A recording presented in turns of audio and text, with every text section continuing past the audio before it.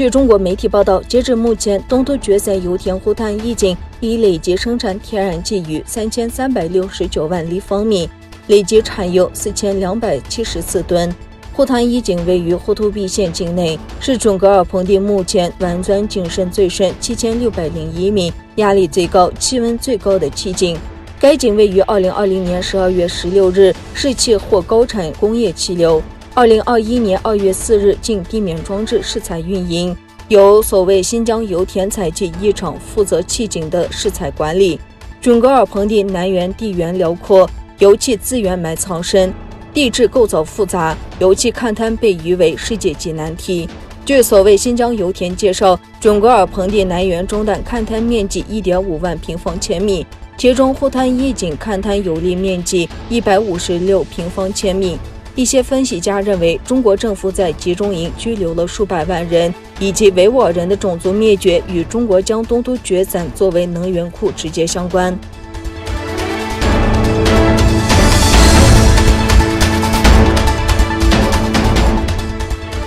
美国众议院的两党议员推出了一项议案，对在东突厥省发生的强制绝育和强制堕胎的责任人或同谋实施制裁，并要求美国总统拜登提出具体的计划来解决东突厥省发生的他们所称的种族灭绝。该议案目前已提交到外交和司法委员会审议。来自密苏里州的共和党籍众议员哈特策勒和来自纽约州的民主党籍众议员苏欧奇星期三提出了制止对维吾尔人压迫绝育法，对在东突厥省发生的强制绝育和强制堕胎的责任人或同谋实施制裁。这两位国会议员也是国会及行政当局中国委员会的委员。制定该法的目的是解决针对中华人民共和国国家批准的针对妇女的暴力行为，包括强奸和拘押期间实行酷刑、强制绝育、强制堕胎和其他强制性的生育限制措施，特别是在东突厥省地区以及其他目的。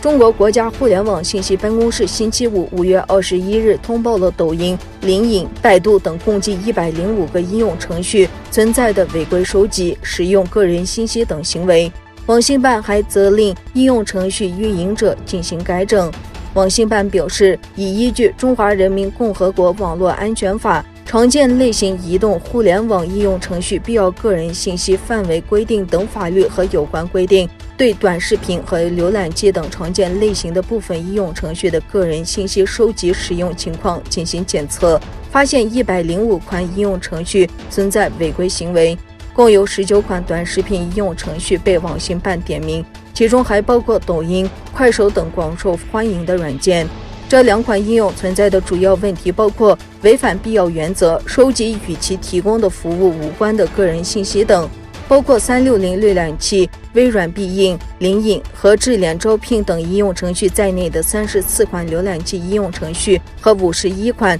求职招聘类应用程序也被网信办点名通报。这些应用程序存在的问题包括未经用户同意收集使用个人信息和未公开收集使用规则等中国公民的个人信息，尤其是被日渐普及的人脸识别系统任意采集和滥用的情况，越来越引发人们保护个人隐私的担忧。一些分析人士认为，在中共的维权统治下，中共当局才是侵犯个人信息的最大威胁。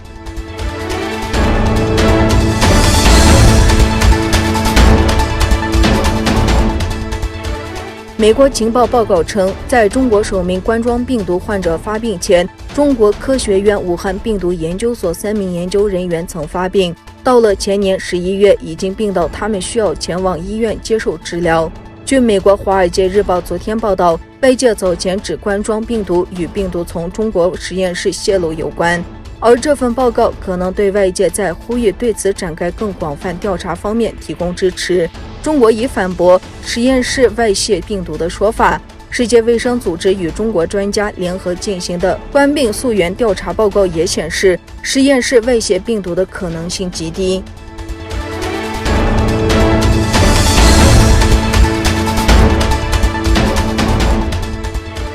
5月23日周日，一架从希腊飞往立陶宛的瑞安航空公司航班被迫改变航线，在白俄罗斯停留数小时。西方国家对这一行为表示愤怒，一些欧盟领导人称此为劫机行为。欧盟领导人还将对如何回应进行讨论。美国国务院则称此举令人震惊。在飞机进入立陶宛前，白俄罗斯方面强迫飞机在其首都明斯克降落，声称该航班面临炸弹威胁。被逮捕的人是名为普罗塔塞维奇，是白俄罗斯媒体 Nexta 的前编辑。他在飞机被允许在此飞前被带走。